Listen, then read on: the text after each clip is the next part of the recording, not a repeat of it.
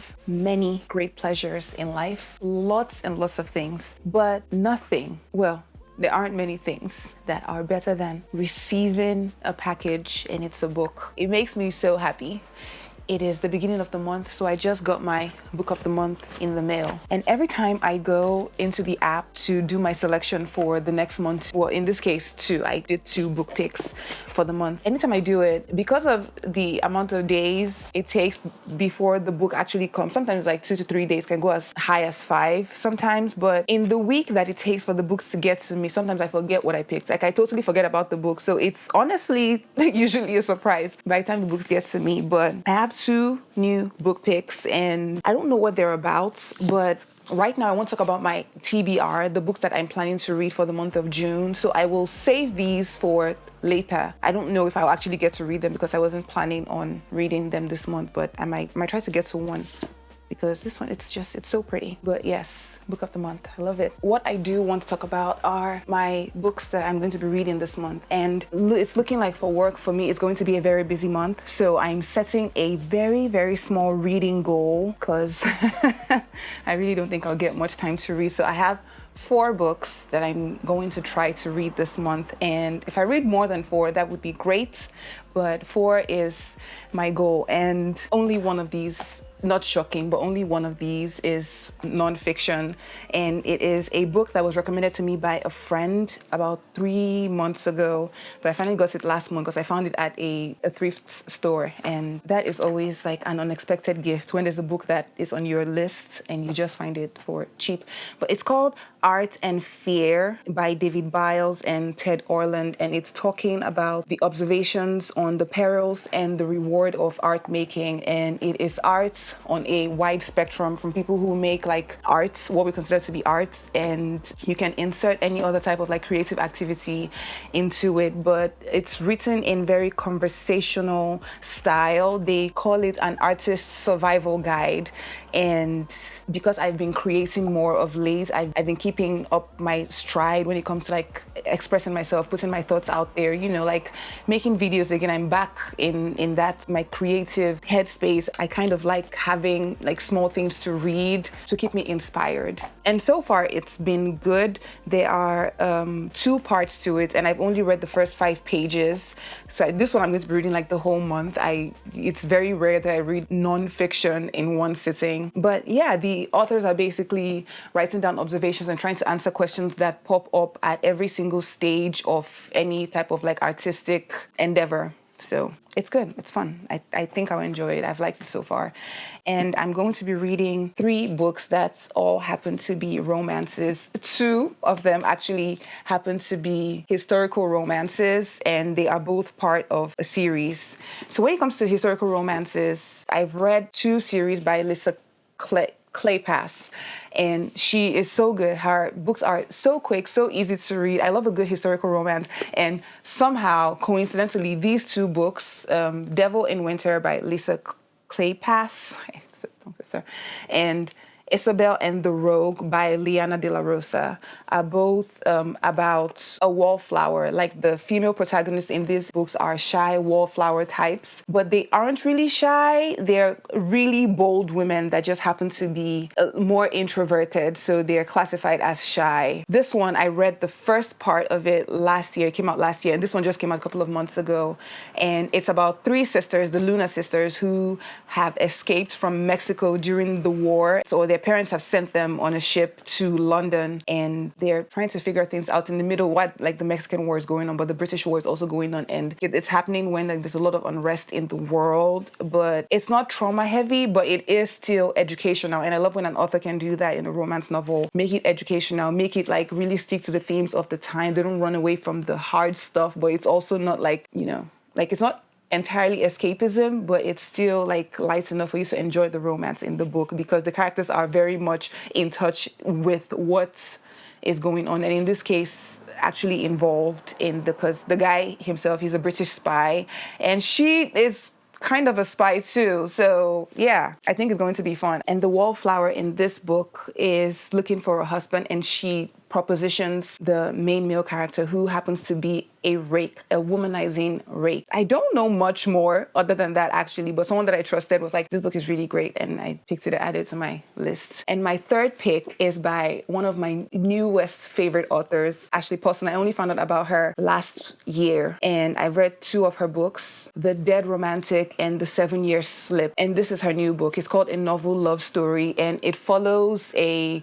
female character who's also a book reader. She loves to read a good romance, and the character is obsessed with the idea of a happily ever after. She goes on a book retreat, and on her way to the retreat, her car breaks down, and she has to stop over in this nearby town. And when she gets to the town is one of the fictional towns in one of her books come to life with like all the characters from the book. She kind of gets lost in there, and it's an adventure, and I can't wait to go on it with her. Yeah, those are the books I'm going to be reading in the month of July, and hopefully I'll be able to check in later. The sun just disappeared. My goodness.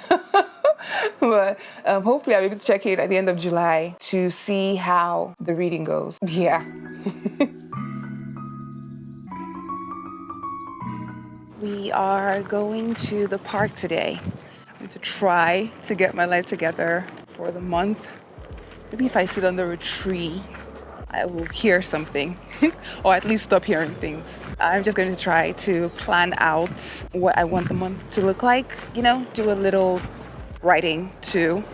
And yeah, honestly, I'm just kind of taking advantage of it being a good day out today. It was supposed to rain today, but as soon as I found out that it wasn't going to rain until later, I decided to just, go out, seize the day is what I'm doing.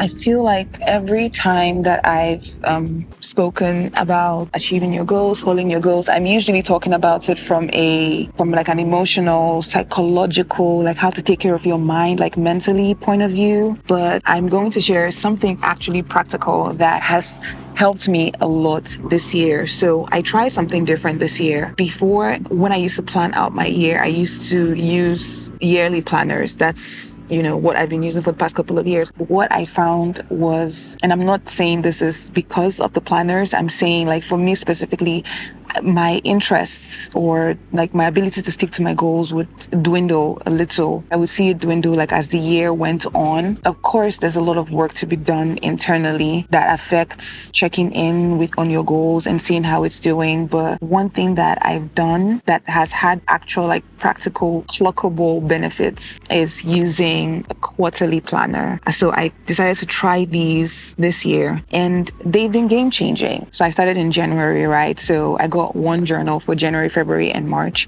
And then I got another one for April, May, and June. And in July, I got this one. And it's really helped to like break things down. I think for me, one of the issues that I was having is I was thinking too far ahead sometimes. I used to get like really overwhelmed. So while like now I still have a yearly vision and still have like an overarching plan for the year, the actual goals that I'm setting, I'm doing them on a quarterly basis. And I can't tell you how helpful that has been. It has made it easier for me to prioritize and somehow has made things not seem so rigid. So I'm able to like play around with my goals a little bit, right? Depending on how things are looking, depending on how one quarter went, I can adjust things in the middle of a quarter. But another thing that I didn't realize was huge for me is I didn't have a book that was so filled with lots of spots of things that I had missed, where like it almost felt like the planner was judging me for some of the things that I had missed. But once a quarter is gone, it's gone, right? I can focus on the now, the present, and moving forward. So I don't know if this will work for everyone. I think you have to know what exactly your goals are, what exactly your own pain points are.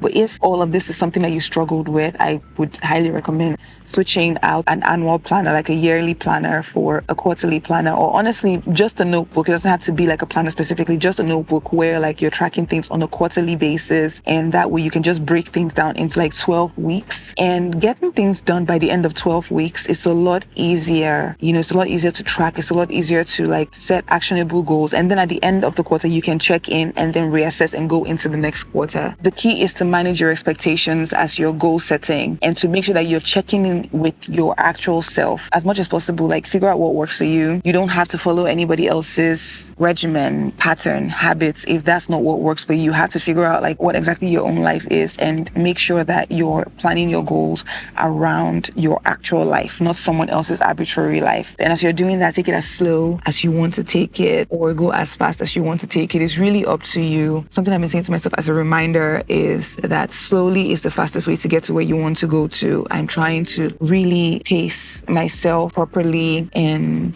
not overextend myself. And in doing that, I'm finding myself working even more, but like in a good way, than I was before. I'm not as crippled by procrastination or, my perfectionism. I'm not chasing my own shadows. I'm actually working towards my goal. And that has been super duper, duper, duper helpful. So I hope you found it helpful too.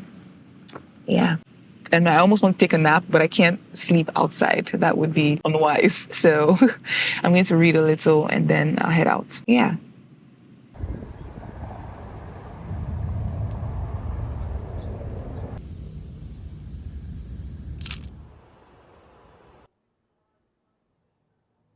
I just found out this morning that I didn't get a job that I really wanted, and I put a lot of thought into my application for, and it sucks.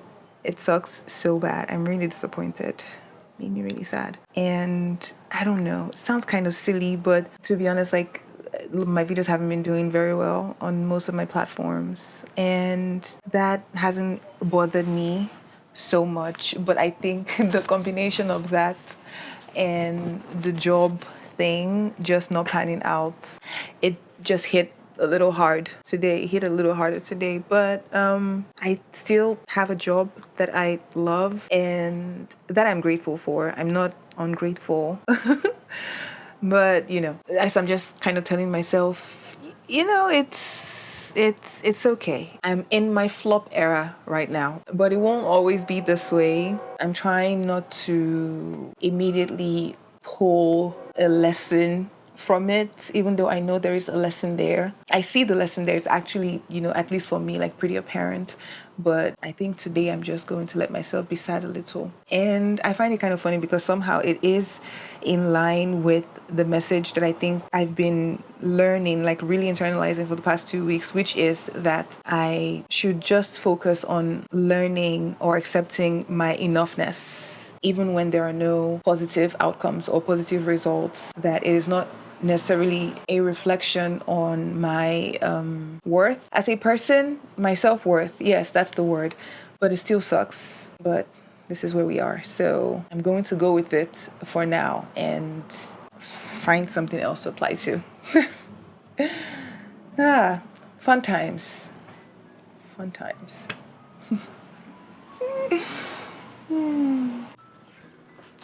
New hair. Who is this? I love it. I decided to ditch the braids after almost 2 months. At some point, I was actually getting scared I was going to lose my hair because of how long I kept those braids in. But I feel like a whole new woman. I feel beautiful. I feel like it's a shame that I am indoors today because I look so fine. I've been staring at myself for the past 15 minutes. Yeah, I love it. There's nothing like new hair to bring in new energy. You just feel like refreshed, I wanted to show you what exactly I was looking like. So if no one else gets to see you get to see it. You're welcome. But it is a good thing that I am home. I don't know if you can see behind me. My bookshelves are empty. I am in the middle of filming. I'm actually literally filming my bookshelf makeover. I just got some new bookshelves. So I'm working on that video. It's been keeping me very busy. There are books everywhere in the apartment right now on the floor.